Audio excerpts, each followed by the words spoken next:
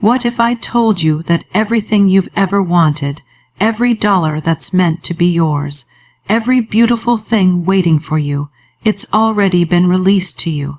It's already on its way, but there is one single word standing between you and all of it, blocking the flow like a dam blocks a river.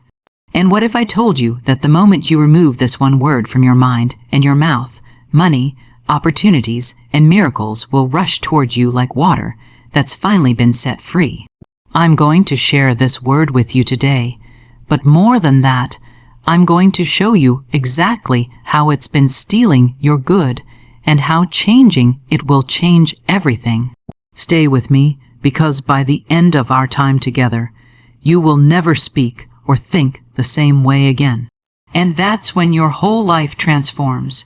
You see, I've worked with thousands of people over many years, and I've watched the same pattern repeat itself again and again. Good people, deserving people, talented people who work hard and pray and hope. And yet, they stay stuck, they stay broke, they stay blocked. And when I listen closely to their words, when I really pay attention to what they're saying, I hear this one word over and over again, like a curse they're placing on themselves without even knowing it. This word is a murderer. It murders your dreams before they can take their first breath.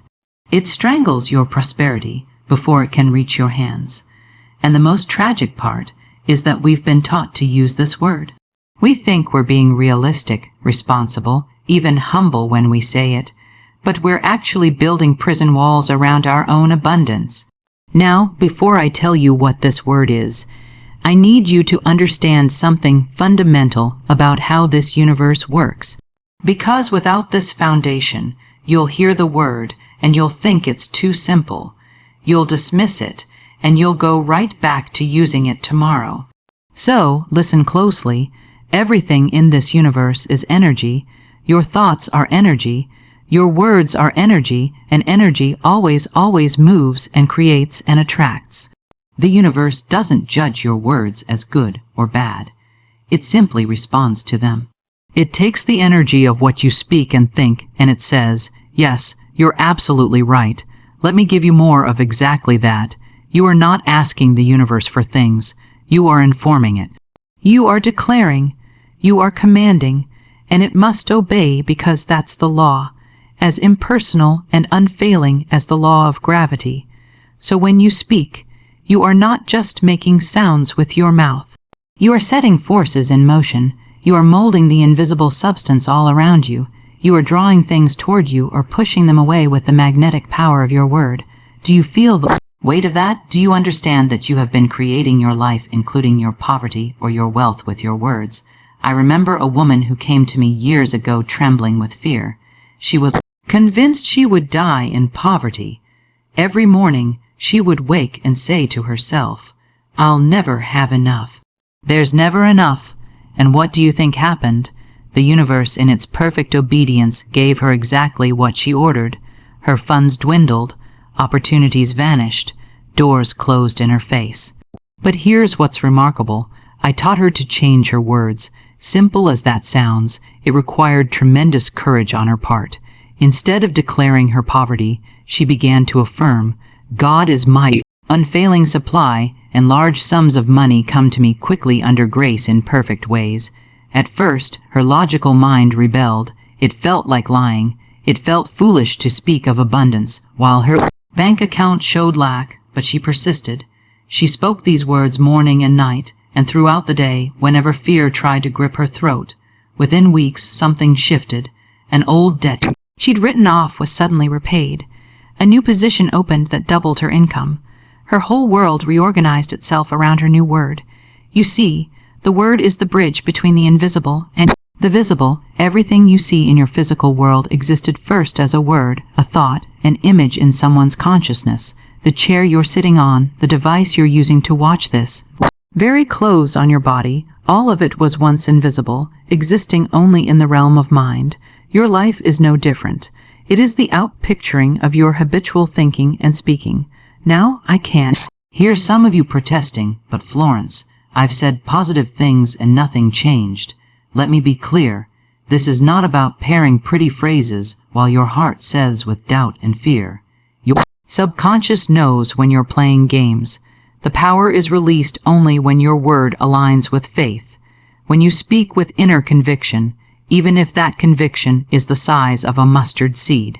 The subconscious mind is like a loyal servant. It doesn't argue, it doesn't question, it simply accepts what you tell it as truth and sets about making it manifest. And here's what most people never realize: your subconscious mind cannot tell the difference between what you imagine vividly and what you actually experience. To your subconscious, a thought charged with emotion is as real as a physical event. This is why worry is so dangerous. You're essentially rehearsing disaster and telling your inner mind to bring it into form. I once knew a woman who would lie awake at night imagining every terrible thing that could happen to her children. She saw accidents, illnesses, failures, all played out in vivid detail in her mind's eye. And do you know what happened? Those very things began manifesting in smaller ways, not because she was cursed, but because she was programming her subconscious with fear. Images day after day, night after night. When I explained this to her, she was horrified. "You mean I've been doing this to myself?" she asked. "Yes, my dear. But here's the wonderful news. If you've been creating negatively, you can just as easily create positively. The power hasn't changed. Only the direction needs to shift. Your subconscious responds to the pictures you hold in your mind. It responds to the feelings you generate. It responds to the words you speak repeatedly. This is why affirmations work, not because they're magic spells, but because they're tools for reprogramming that vast storehouse beneath your conscious awareness.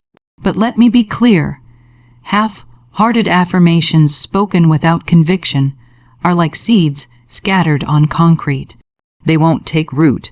You must speak your word with authority, with the absolute knowing that what you declare is already done in the spiritual realm and is now making its way into physical form. Think of it this way. When you place an order at a restaurant, you don't keep running back to the kitchen to see if the chef is preparing your meal. You don't doubt that it's coming.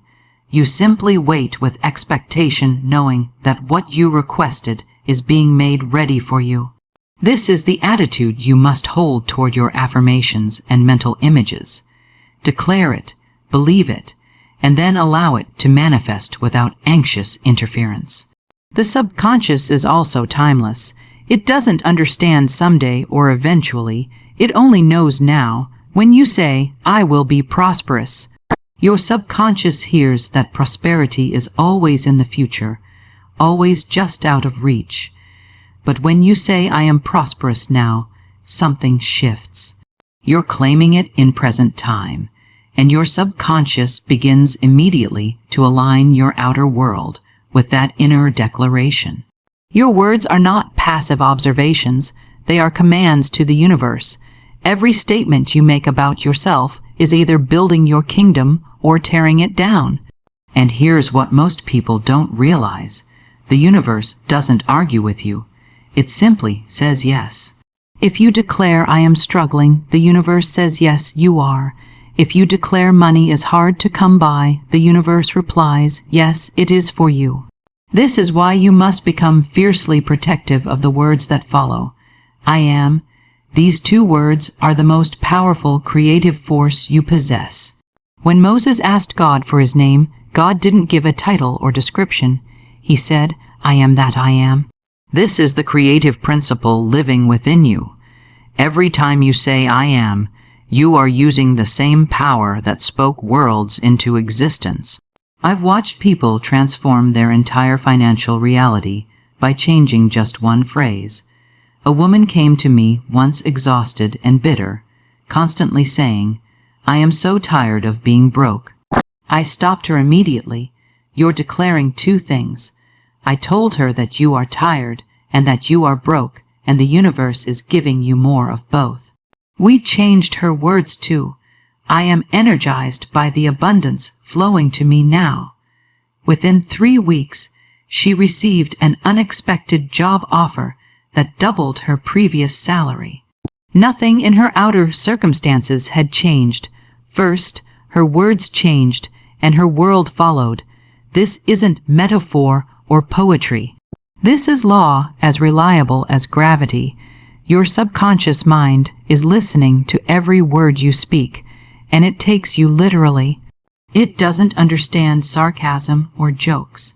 When you say "I'm drowning in bills" as a casual complaint to your subconscious doesn't hear exaggeration, it hears an instruction and begins to create more situations where you feel overwhelmed by financial obligations. This is why you must become the guardian of your own vocabulary. Watch your words like a gardener watches her seeds, because that's exactly what they are. Every complaint about money is a seed planted in the fertile soil of your subconscious. Every joke about being broke, every casual remark about never having enough, every statement about how money doesn't grow on trees, these are all seeds, and I promise you they will grow. I've witnessed this dynamic destroy promising financial situations countless times. A woman comes to me and says, "I don't understand why I can't seem to get ahead. I work hard, I'm careful with money, but something always happens." Then I spend an hour with her and hear her say phrases like, "I'm not made of money. I can never afford nice things, and money burns a hole in my pocket." She has literally commanded her subconscious to create financial lack, and it has obeyed perfectly. Your words create a vibrational frequency that attracts circumstances to match. This isn't mysticism. It's spiritual law as reliable as gravity. When you constantly speak about limitation, you tune your entire being to the frequency of scarcity. When you speak about abundance, gratitude, and prosperity, you tune yourself to wealth. But here's what most people miss. You must speak about prosperity, especially when your current circumstances suggest otherwise. This isn't lying. This is refusing to give your current conditions the power to dictate your future reality. This is denying the appearance world and affirming the truth of unlimited supply. I remember a man who came to me absolutely convinced he was cursed financially. Every business venture failed, every investment crumbled.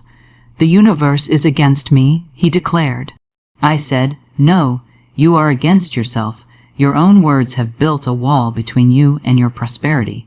We worked together to reconstruct his entire vocabulary. Instead of "I always fail," he learned to say, "I am divinely guided to right action." Instead of "I can't afford it," he said, "I am open to creative solutions." Within 6 months, his entire financial picture had transformed. Not because circumstances changed first, but because his words changed the consciousness that was creating his circumstances. The power of the spoken word is not metaphorical, it is scientific. Every word you speak carries vibration.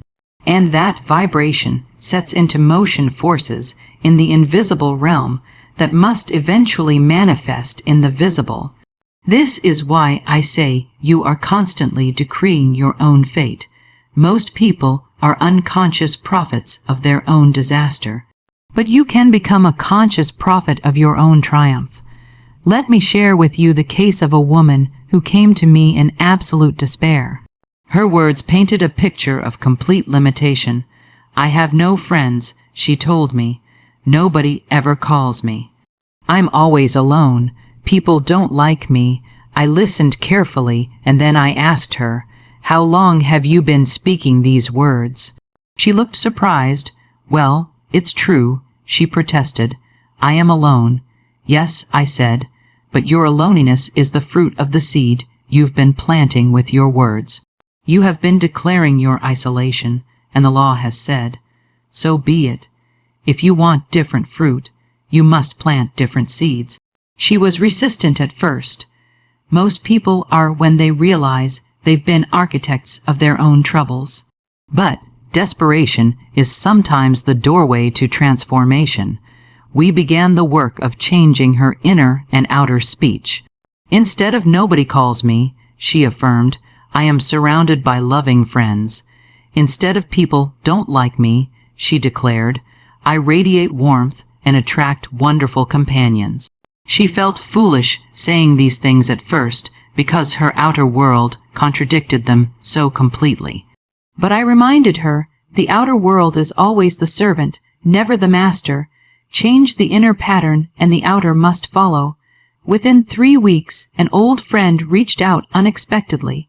Within 2 months, she had been invited to join a club she'd always admired.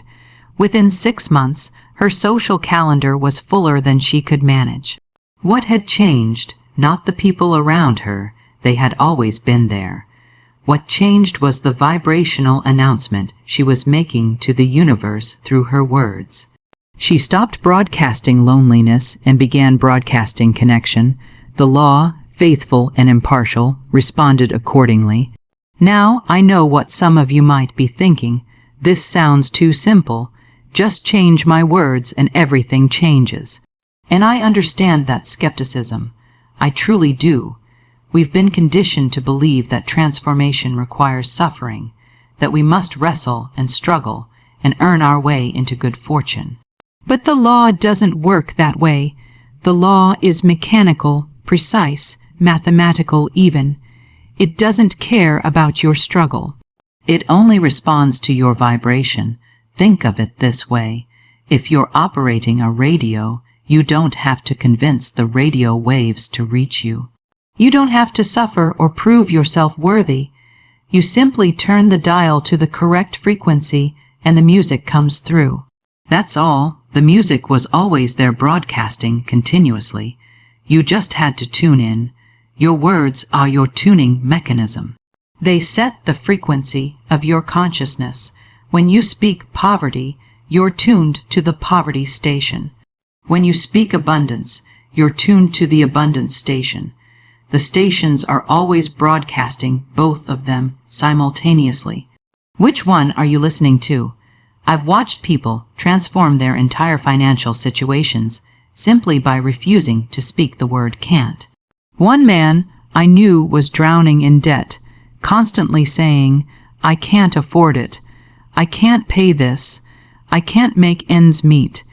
His whole vocabulary was saturated with impossibility. I suggested he eliminate that phrase entirely. Instead of, I can't afford it, he would say, I'm choosing not to purchase that right now, or that's not in alignment with my current priorities. Do you see the difference? One broadcasts powerlessness, the other broadcasts sovereignty. Within 6 months, his income had doubled.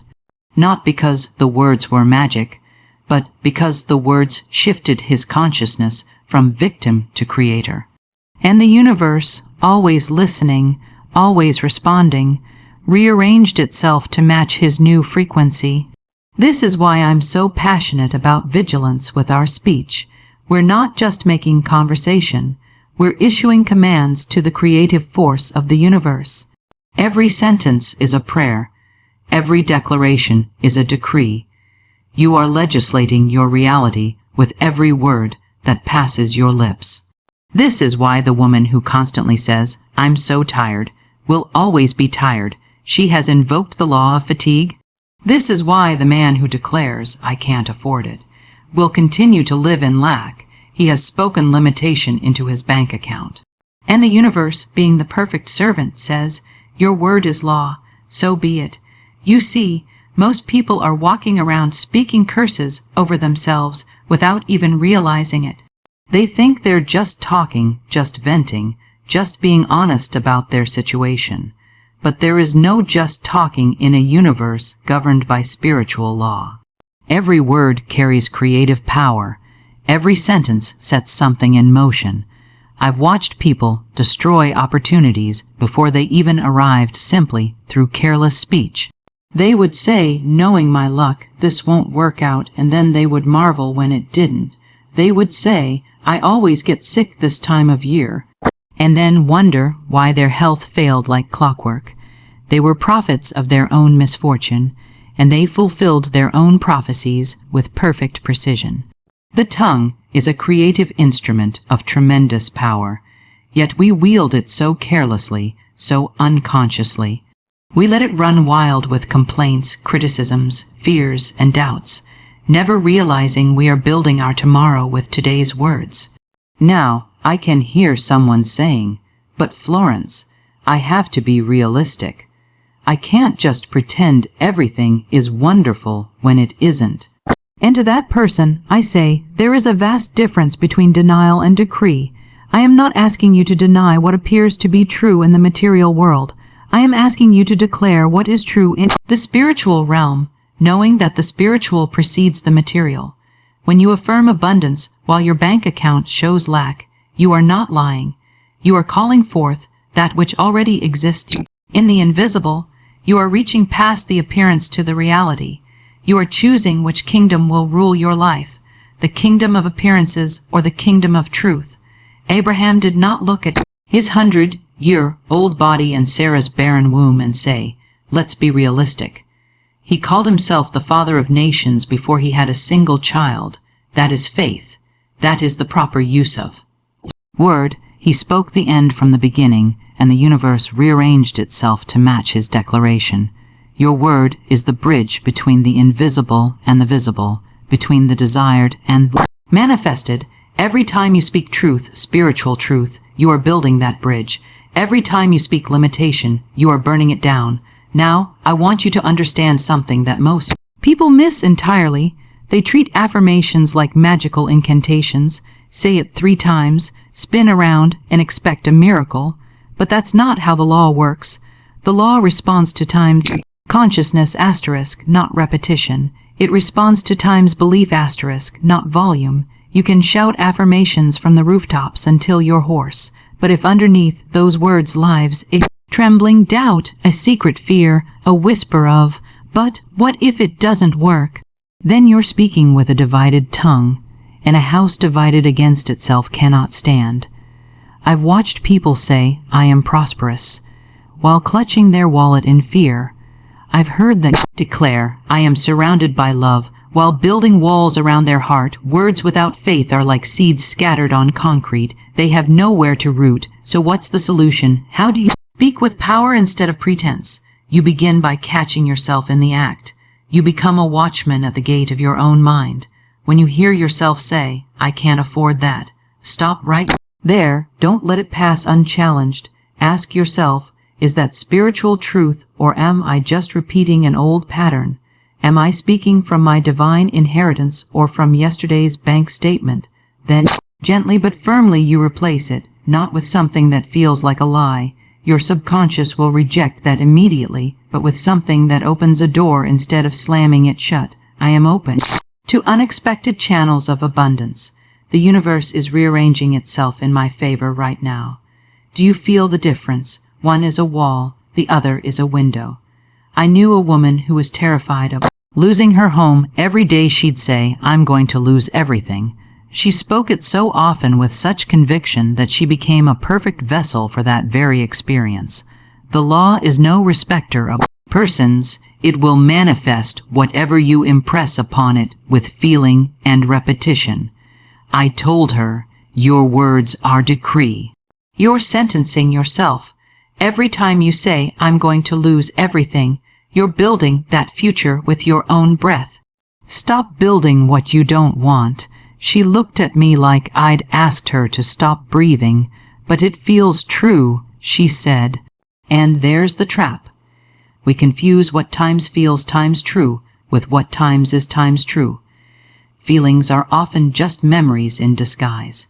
Old fears wearing today's clothes. Let me tell you what I've learned about feelings and their power over us. They're like waves, sometimes calm, sometimes violent, but always temporary. The ocean doesn't times become times the wave. And you are not your feelings. When someone says, "I feel like nobody understands me," they're not reporting a fact.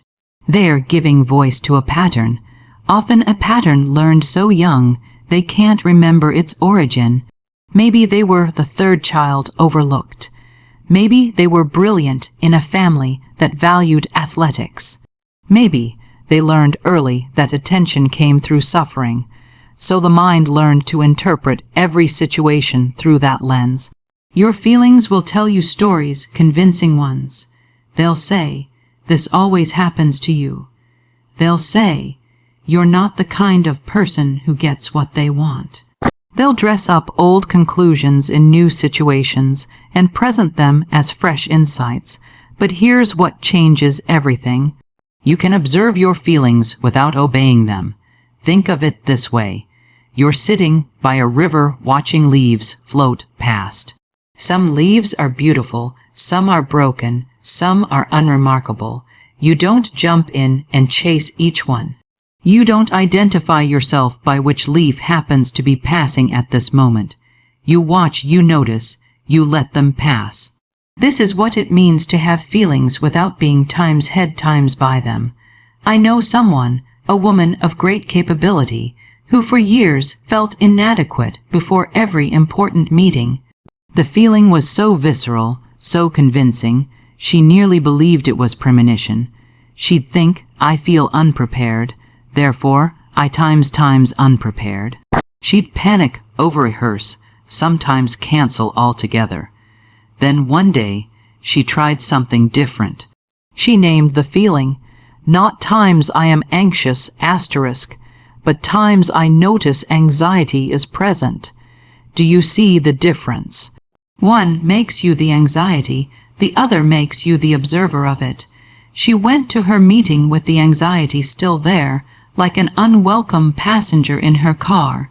And you know what happened. She performed beautifully. The feeling had nothing to do with her actual competence. It was just an old warning system, outdated, firing at shadows. The feeling didn't need to be fixed before she could act. It just needed to be seen for what it was, a feeling. Not a fortune teller, not a judge, just weather passing through. Because here's what happens when you stop taking criticism personally. You start to hear the message underneath the messenger. Sometimes the harshest critic delivers the most necessary truth, not because they're wise, not because they're kind, but because life uses whatever delivery system is available. I once knew a woman who was devastated by her sister's comment about her parenting. "You're too soft with those children." She cried for days, stopped speaking to her sister for months, but underneath all that wounded pride, she knew that she'd been avoiding discipline because she wanted to be liked. The criticism stung because it was true. The delivery was terrible. The timing was awful. The sister had no right to speak that way. And yet, the universe was speaking. When you stop defending, you start discerning. You can take what serves you and leave the rest. You don't have to accept the whole package. You can say, "Yes, that part is true, and I'll work on it," while also saying, "But that other part, that's their story, not mine." This is wisdom. This is maturity. This is freedom. Now, let's talk about the invisible burden you're carrying, the one that's exhausting you more than any external criticism ever could. You're criticizing yourself constantly, relentlessly, without mercy. You have an inner voice that says things to you that you would never tolerate from another human being. It tells you you're not enough, that you should have known better, that everyone else is further ahead, that you're failing at the things that matter most. And the cruelty of it is this: you believe that voice is keeping you safe.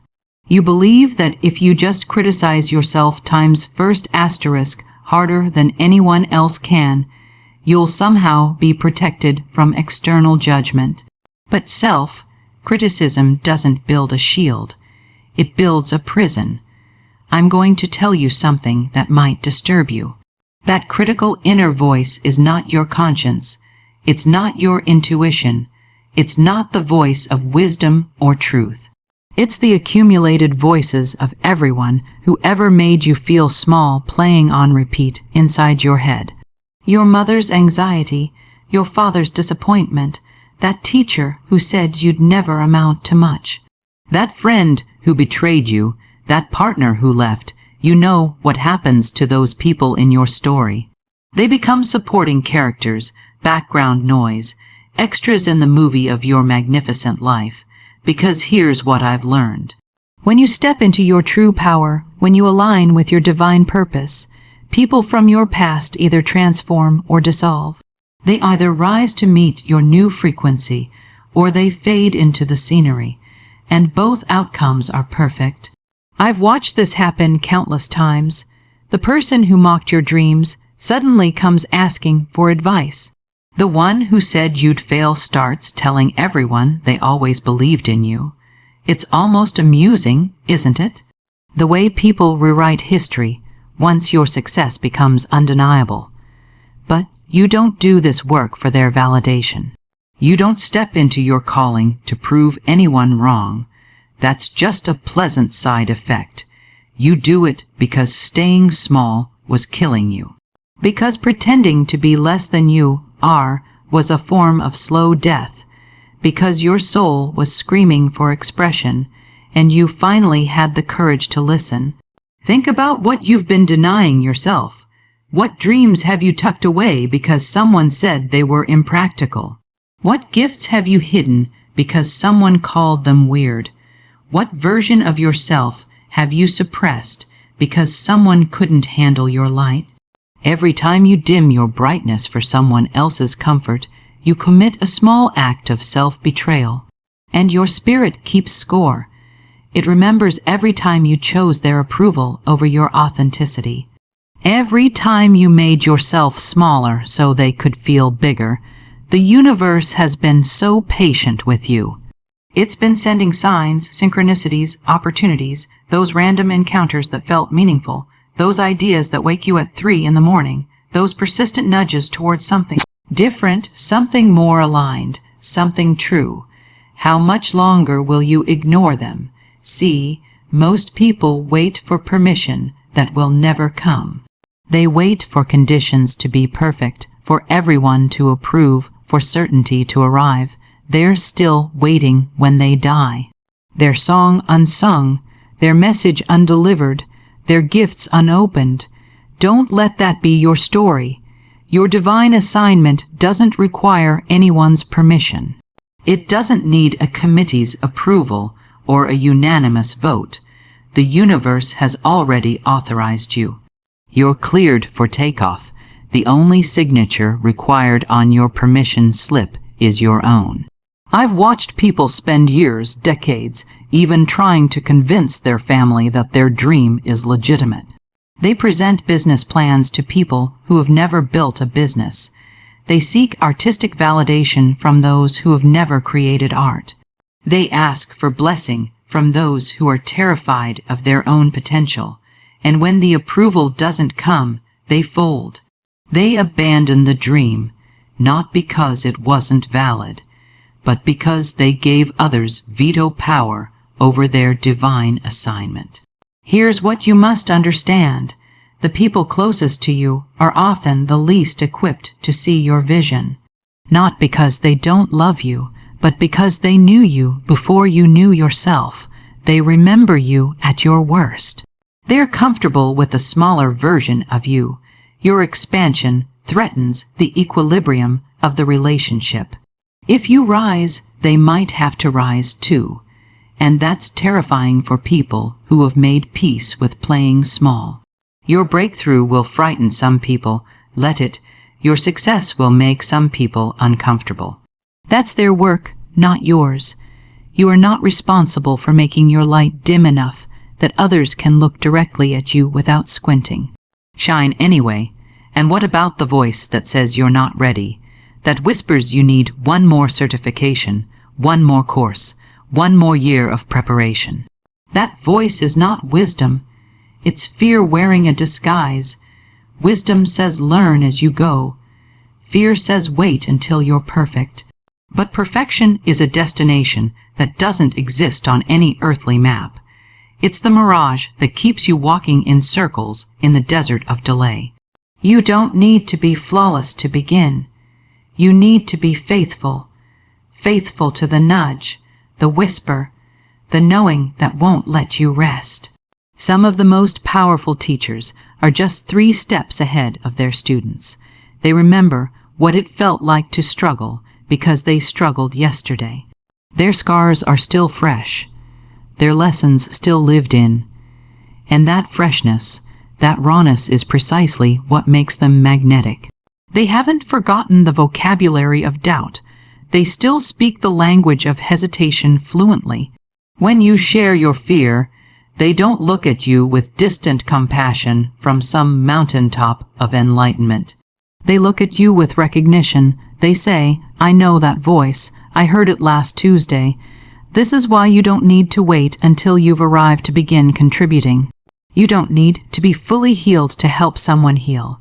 You don't need to have conquered all your demons before you share what works against them. The journey itself is the teaching. Your current struggle contains someone else's future breakthrough. The question you're wrestling with today is the exact question someone will ask you tomorrow. The insight that just clicked for you this morning, someone 3 steps behind you has been praying for that exact understanding. We think we need to be finished before we're valuable. We think we need to have it all together before we have anything to offer. But the truth is far more generous than that. You're valuable in process. You're useful in the middle. You're a teacher while you're still a student, because here's what we forget.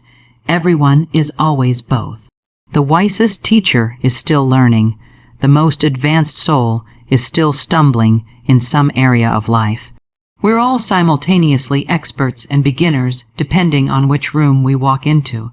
Florence understood this implicitly. She didn't write from a place of having transcended the human experience. She wrote from inside it. Her teachings weren't theoretical. They were tested daily in her own consciousness. When she talked about turning worry into faith, she was describing her own inner work, not some abstract principle she'd mastered decades ago. She was walking the path while lighting it for others, and so can you. Right now, wherever you are in your journey, you have light to offer. Maybe it's just a candle instead of a spotlight, but in the right moment, for the right person, that candle is everything. It's the difference between another night in darkness and the beginning of dawn.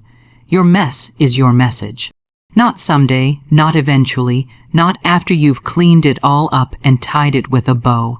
Right now, today, in its current, imperfect, still unfolding state.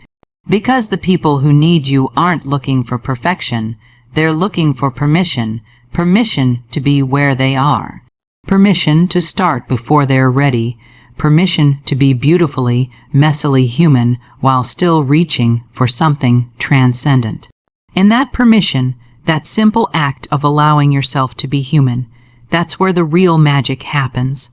Because the game itself changes when you stop making it about being perfect and start making it about being present. I think about the person who's been writing their book for 7 years, but keeps restarting every time they learn something new. They're not failing, they're just playing the wrong game. The game isn't write the perfect book. The game is become someone who finishes books. Completely different rules, completely different win conditions. The game isn't to have the perfect meditation practice. It's to become someone who shows up for themselves daily. The game isn't to create the perfect business. It's to become someone who takes aligned action despite fear. The game isn't to manifest the perfect relationship. It's to become someone who's already whole, who attracts from overflow rather than need. This shift from outcome to identity, it changes everything. Because outcomes you can't always control. Markets crash, people leave, plans fail, but who you're becoming, that's yours. That's the one thing that can never be taken from you. And here's what I've noticed. When you play the identity game instead of the outcome game, the outcomes get better anyway. Not because you're trying harder, but because you're finally in alignment. You're building from foundation instead of from desperation. The person trying to manifest money from a place of lack will always hit a ceiling. But the person who decides, I'm becoming someone who creates value and receives abundantly, they've changed the entire operating system. Same actions maybe, but completely different energy underneath. This is what Florence understood that most people miss. The game of life isn't about getting what you want. It's about becoming who you need to be for what you want to naturally appear. It's about closing the gap between who you are and who you're capable of being, not through force, not through shame, but through persistent, gentle, faithful commitment to your own unfolding. And some days that commitment looks like taking massive action. Other days it looks like taking a nap, because you finally learned that rest isn't the opposite of productivity. It's the foundation of it. You start to see that the universe has been working times with times you all along, not against you. Every delay was protecting you from something that wasn't meant for you. Every rejection was a redirection towards something better aligned with who you're becoming.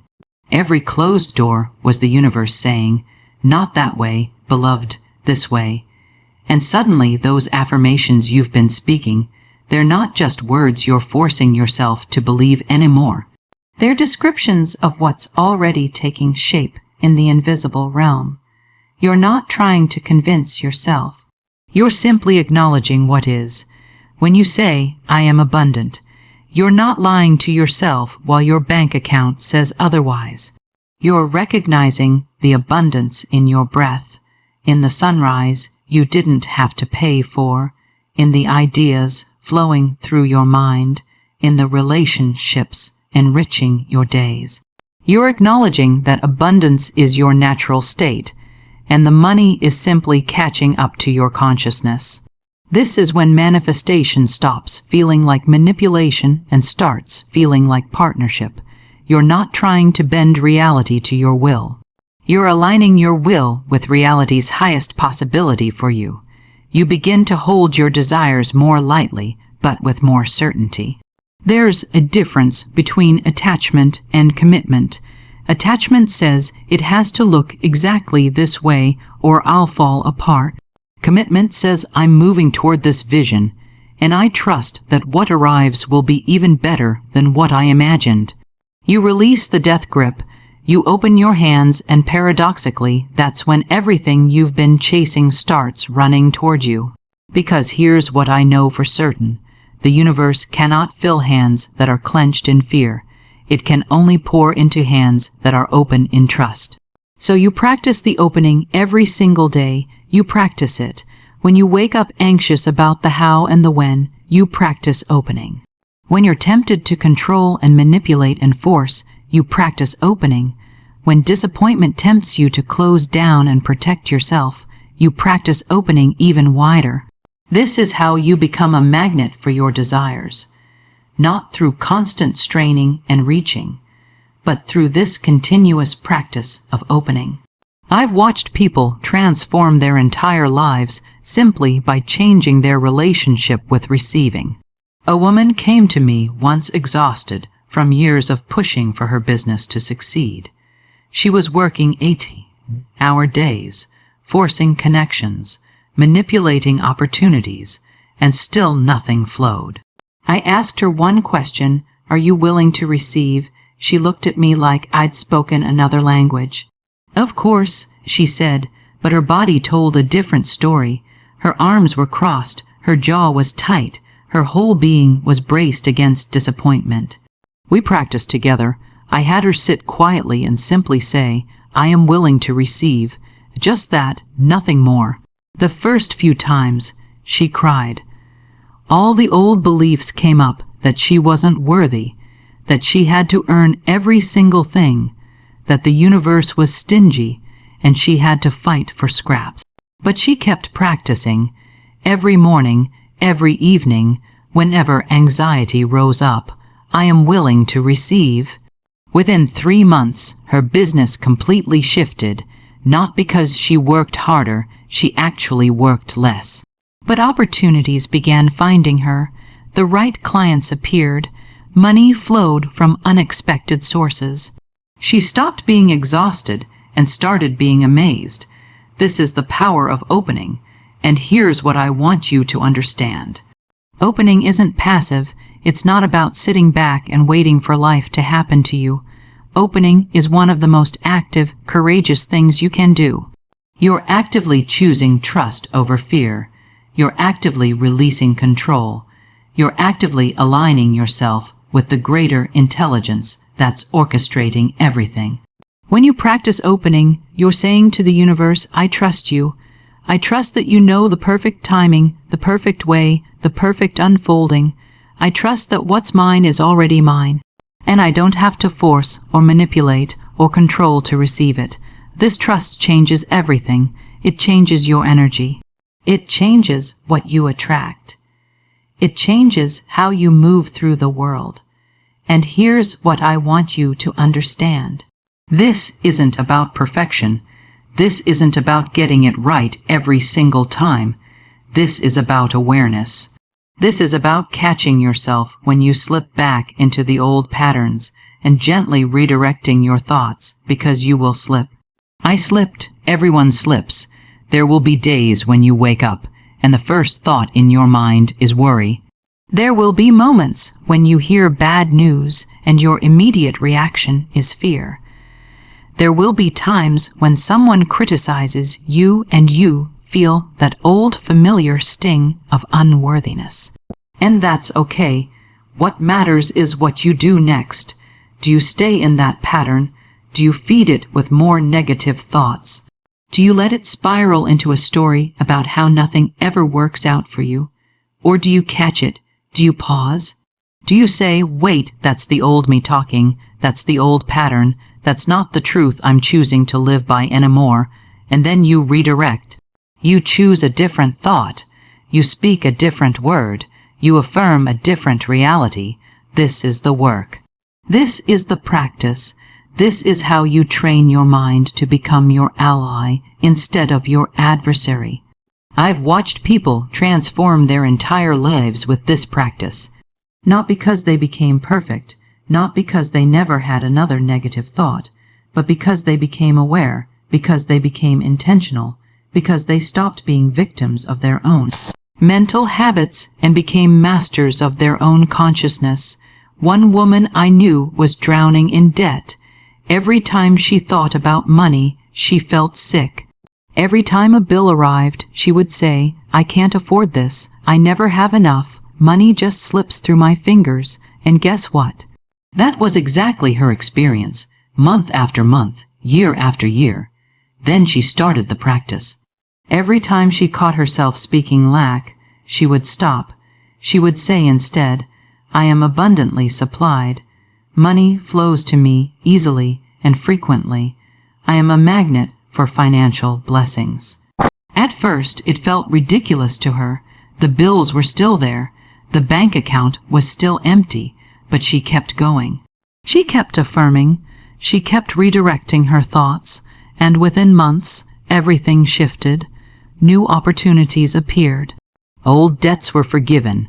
Money came from unexpected sources. Her entire financial reality transformed. Not because the external world magically changed, but because her internal world changed first. The universe had been waiting for her to align with it, not the other way around. And here's what I need you to understand. This isn't about positive thinking alone. It's not about slapping affirmations over deep-seated beliefs of lack.